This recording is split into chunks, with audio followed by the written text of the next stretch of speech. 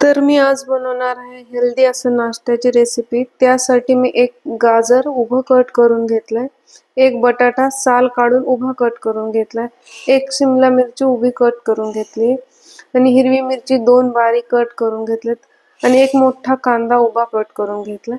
चला तर आता आपण रेसिपी तयार करूया। एका बाउल मध्ये आपण कट केलेले सगळ्या भाज्या घालूया। एक छोटा चमचा काळी मिरी पावडर,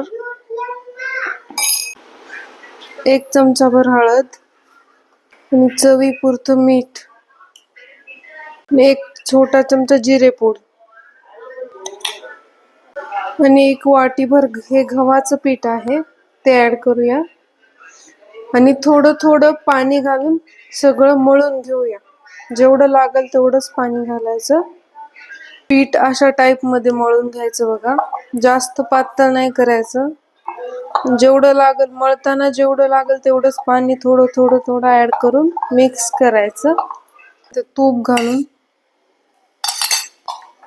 तूप सगळीकडे लावून घ्यायचं आणि आपण हे तयार केलेलं पीठ ह्यावर असं मिक्स करून थापून घेऊ व्यवस्थित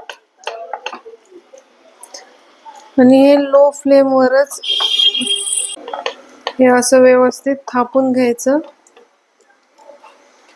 हे लो फ्लेम वरच करायचं म्हणजे आतल्या भाज्या वगैरे व्यवस्थित भाजल्या जातील। आता आपण ह्याची साइड चेंज करून भाजूया।